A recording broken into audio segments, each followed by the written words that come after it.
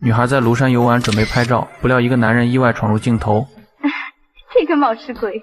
看到要拍的风景被男人挡住，周云朝着他大喊起来：“同志，同志！”可耿华只顾专心看书，根本没有听到他的喊声。周云见状灵机一动，捡起身边的石子朝河里扔去，溅起的水珠打乱了耿华的思绪。你刚才闯进我镜头里来了，是吗？啊，对不起，我并不是有意的。你重拍一张吗？你把小流石挡住了。耿华表示抱歉，便起身离开，这让周云有些懊悔起来，觉得是他打搅了耿华的读书。我怎么把人家赶跑了呢？然而他们之间的故事才刚刚开始。耿华来到望江亭画画，看着远处的山峰，他眼中满是对祖国未来的憧憬，想象着在纸上画下现代化的高楼大厦。这一幕被游玩的周云撞见，他对耿华手中的画充满好奇，不由得笑出声来。耿华转身发现了周云，以为又挡住了他的镜头。我又挡你镜头了？不，我是说，您真能夸张啊！周云疑惑眼前并没有现代化的城市。耿华说现在是没有，可总有一天会有的。可您画的是速写画，速写画就应当是写实的。耿华说这是他的想象。周云明白这是耿华对祖国的美好愿望。耿华听后点点头便离开了。周云对礼貌帅气的耿华产生浓厚的兴趣。隔天清晨，周云来到花径游玩，突然听到远处有人在朗读英文，他循声走了过去，发现耿华正坐在松树林中，拿着课本有些吃力地念着英文。 I love the morning of my motherland。 周云听到他的发音并不准确，便调皮地躲在树后，用流利的英语帮他纠正。 I love my motherland. I love the morning of my motherland.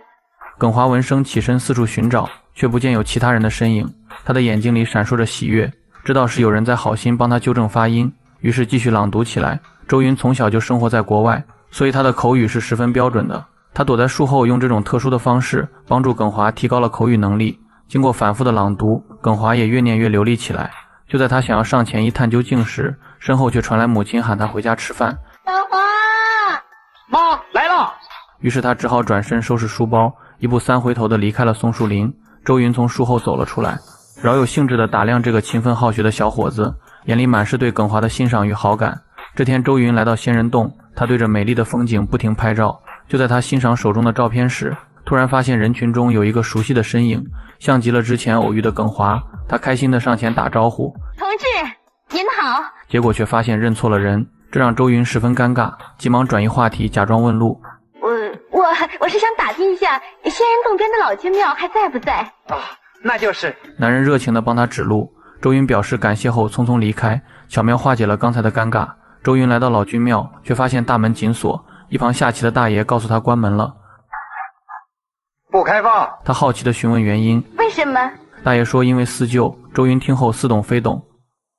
转眼天空乌云密布，下起大雨。周云急忙躲进一间亭子避雨，他从包里掏出小镜子，擦拭着脸上的雨水。这时一个小伙子也冒雨冲了进来，定睛一看，竟然是耿华。孤男寡女共处一室，让他有些不好意思，掉头就往亭子外面跑。周云一把抓住他的胳膊。你没看外面正下大雨吗？看着亭外瓢泼的大雨，耿华只好选择留下。他点燃一支香烟，周云被呛得直咳嗽，责怪耿华不懂礼貌。你不知道烟有毒，全世界都在禁烟吗？耿华听后没有回答，转身自顾自又抽了起来。周云有些生气，上前抢过香烟扔到了亭外。我抽烟你管得着吗？尼古丁管得着你？你的喉咙里马上要长出个大肿瘤。耿华意识到周云是为他的健康考虑，于是将手里的烟全都扔了出去。周云对他的举动也多了份好感，他走过来和耿华握手打招呼。我们交个朋友吧。周云的主动让耿华再次不好意思，两人略显尴尬地站着。为了打破僵局，周云询问这里是什么地方。你知道这是什么地方吗？玉碑亭。耿华则讲起玉碑亭的故事。明太祖朱元璋在鄱阳湖边和陈友谅争天下的时候，得到了庐山赤脚和尚周滇人的不少帮助。等朱元璋做了天下，便在此立了这个玉碑亭，表彰周滇人的功德。周云听后打趣道：封建老皇帝还不忘和尚的好处，有人教了你那么久的英文，你就不记得了？周云的话让耿华恍然大悟。那天早上是你。来，握个手吧。周云嫣然一笑，耿华对这个漂亮的女孩也心生好感。很快雨过天晴，两人从玉碑亭走出来。周云想邀请耿华一起游玩，看他穿着前卫时髦的衣服，耿华吞吞吐吐想要拒绝。周云低头看了看自己的打扮，瞬间明白了耿华的顾虑，于是放弃继续邀请，他问耿华明天准备去哪儿玩，耿华说要去龙首岩，两人约定不见不散。耿华一早就来到龙首岩等候，庐山的静谧与秀美在眼前铺展，宛如一幅灵动的山水画卷。周云则换上白色衬衣、紫色长裙，褪去了之前的时髦前卫，完全一副国内女生的装扮。耿华有些不解，你这是？你不是也屈服了一次吗？两人并肩走在山间小路，脚下是青草覆盖的石阶，身旁是云雾缠绕的绿树，庐山的自然风光在眼前徐徐展开。周云带耿华来到一间小亭休息。这个地方不大好找啊。周云笑了笑，从包里拿出一张地图。这张导游图是爸爸给我画的。画得真准确，难怪你到处乱跑，不要人带路了。随后他们来到瀑布边，水流奔涌而下，溅起清凉的水花。周云直接坐在石头上玩起了水，他让耿华也下来凉快凉快。来呀，来！耿华却有些局促，站在原地。站一会儿也一样。周云明白他思想守旧，故意打趣道：都说孔夫子死了2000多年，我怎么看见孔夫子还在啊？这话激起了耿华的好胜心，他觉得自己确实太过拘谨，便鼓起勇气跳下水。他缓缓朝周云走去，每走一步，心脏都像揣了只乱撞的兔子，扑通扑通加速跳动，小心翼翼地坐在周云身边。周云望着瀑布感叹：庐山真是太美了，比爸爸给我讲的至少好上100倍。你知道吗？庐山的雪景也很美啊！那我要能在庐山度过一个寒假该多好啊！你好像对庐山有特殊的感情啊。都是受了爸爸的影响，他常说他的一生都和庐山有关系。周父常年定居在国外，他时常会想念起祖国。树高万丈，叶落归根。他希望周云能代替他回来看看，将来毕业有机会就回祖国来工作。周云在国外学的是建筑学，周父打了20多年内战，不知道毁了多少房子。他希望女儿将来为祖国建设做贡献，好赎回他的罪过。路过一片盛开的野菊花，耿华弯腰摘下一束，递到周云手里，花瓣上的露珠还闪着光。两人边走边聊，周云问他现在是工作还是念书。想是想进清华大学学建筑。那太好了，我们可以同专业。耿华眼神亮了亮。我也是我爸爸要我选择这个专业的。他说他参加了摧毁旧中国的战斗，要我接着他参加建设新中国的行列。周云听后恍然大悟，难怪你在风景画上画了那么多的现代化建筑。提到未来，耿华的神色又暗了下来。可是我进不了大学。为什么？原来耿华父亲正在接受审查，他和母亲也是来庐山暂时养病的。不过我爸爸对庐山也很有感情，他说他参加革命的起点是从庐山开始的。是吗？这样的情况下，你还这么用功？大学进不了，只好走自修的道路了。我相信你会成为一个建筑专家的。到时候我们在一起。两人约定到时候一起为祖国建设出力，相同的兴趣爱好让他们有了聊不完的话，彼此的心也一点点靠近，连呼吸都变得同频起来。不知不觉时间就到了晚上，耿华送周云回到宾馆，分别时他提议一起去看日出，周云欣然答应。隔天凌晨5点闹钟响起，周云早早就起了床，耿华在晨雾中等着他。两人见面后，耿华上下打量起来，还忍不住笑出了声。周云疑惑地低头看自己，才发现竟穿着拖鞋就跑了出来，顿时满脸娇羞。哎呀！两人来到韩婆亭，此时鄱阳湖上晨光熹微，没过多久，一轮红日从湖面跃出，瞬间染红了天际，半壁河山化作一幅灿烂绚丽的画卷，庐山被云雾轻轻包裹，宛如仙境。两人都被这壮丽景色深深陶醉，周云忍不住翩翩起舞。你真像仙女下凡了。旁边还有一个可爱的孔夫子。周云想跟耿华拍张合照，耿华架好相机按下自动快门，周云大喊着让他赶快过来，耿华却有些扭捏。快点啊，孔夫子，过来呀！最终还是抵不过周云的催促，耿华这才跑上前去，他远远地站在一边。你靠近一点。耿华说这张照片拍得不好，可周云却说这样才有意思。上次是你闯入我的镜头，这次是我把你拉入镜头。耿华听后难为情地低下了头，他顺势打开草地上的录音机，一首优美的旋律流淌出来。耿华说故乡的云这首歌听起来真动人，周云说国外的华人也都很喜欢这首歌。要不是口渴了，我真想放开嗓子高歌一曲。你等等。耿华起身跑了出去。他来到植物园门口买了几根冰棍儿，可当他再跑回来的时候，冰棍儿因为融化全都掉在了地上。这一幕引得周云哈哈大笑。你真傻，傻得可爱。阳光洒在两人脸上，满是青春的甜蜜。接下来的几天，他们一起走遍了庐山的角角落落，像热恋中的情侣般分享着彼此的心事与感受。他们仿佛被一股神秘的力量所吸引，彼此无法自拔地陷入这场浪漫的爱情漩涡。耿华带周云来到人工湖，周云看着湖水，说想下去游泳。耿华担心地说现在湖水太凉，中午的时候水温正好，他们约定下午2点一起过来。两人来到耿华的住处。那我怎么通知你我来了？耿华让他拿出随身携带的镜子，通过阳光折射进屋里，看到光斑就知道他来了。周云跳到对面，镜子的反光照在他的脸上，他笑着用手轻轻挡住。你真是第一流的光学专家，眼里满是藏不住的欢喜。下午2点闹钟刚响，周云就从床上跳起来直奔阳台，可来到阳台却不见耿华的身影。他以为耿华睡过了头，便揣着镜子来到他的住处。周云对着窗户轻轻晃动镜子，然后迅速躲到大树后面，调皮地等待着耿华的出现。可许久过后也不见耿华的身影。这时耿华母亲从屋里走了出来，她说耿华被人带走调查，调查员说周云是从国外来的，两人又总是早出晚归，专找僻静的地方密谈，怀疑他们是在出卖国家的情报。周云听后如晴天霹雳，没想到自己的出现会连累耿华，手里的镜子也哐当掉在地上，他扶着大树低头哭泣。周母上前安慰：父母，您怀疑我吗？不，我相信你。你能相信我？我儿子相信你呀。谢谢你，谢谢。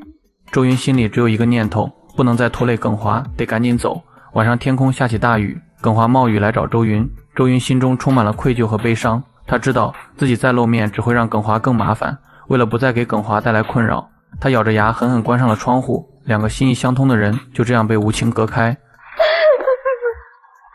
周云收拾行李，悄悄离开了庐山，飞回国外继续学业。这一别就是5年。5年后他毕业再次来到庐山，带着对耿华的思念，周云先是去了他当年住的屋子，可屋子早已人去楼空。周云耳边响起当年他们的对话：我怎么通知你我来了？你有小镜子吗？有啊。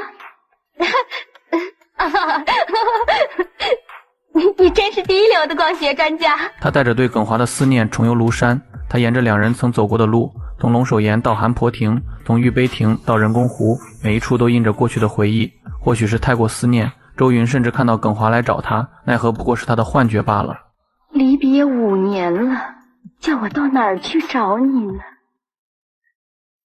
另一边，耿华父亲早已恢复官职，他也考上了清华大学建筑系，还读完了研究生。这天他来庐山参加学术交流会，赵科长告诉他周云回来了。他上山10几天了，到处找你。耿华的心瞬间提到了嗓子眼，连报告都顾不上收尾，拔腿就往宾馆跑。服务员告诉他周云去了人工湖，耿华急忙找了过去。周云正在回忆当初两人游泳的约定，这时一个熟悉的身影突然出现，是他朝思暮想的耿华。两人隔着湖水不约而同地朝彼此跑去。由于相见心切，周云索性直接跳进了湖里，耿华也毫不犹豫地跟着跳了进去。冰冷的湖水没挡住重逢的热意，他们在水中紧紧拥抱，像是要把这5年的思念都揉进怀里。终于完成了迟到5年的约定，再次相遇让他们更加珍惜彼此。耿华专门请假陪周云一起游玩，他们来到东林寺许愿，周云希望两人能够永远在一起。你也来呀？看到耿华笨拙的许愿模样，你呀，学外语倒挺聪明，怎么干这些事儿这么笨？周云带他来到寺庙后面的聪明泉，据说很久之前有个南昌人，经常到寺庙和慧远和尚谈论佛法教义。慧远和尚虽然学问高超，却常常辩论不过这个南昌人。慧远夸赞他的聪明才智，就像这泉里的水一样永流不竭，于是这泉水就得名叫聪明泉。耿华说是不是喝了泉水就能变聪明？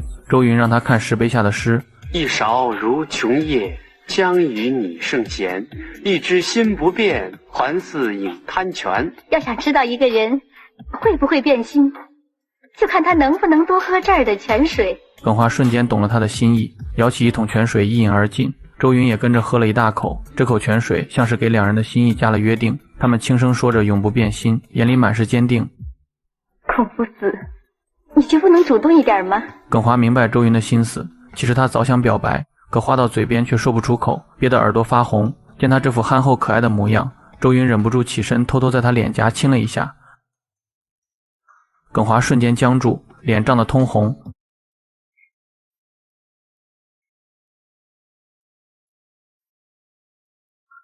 他害怕被人看见，让人看见了，让他看见好了。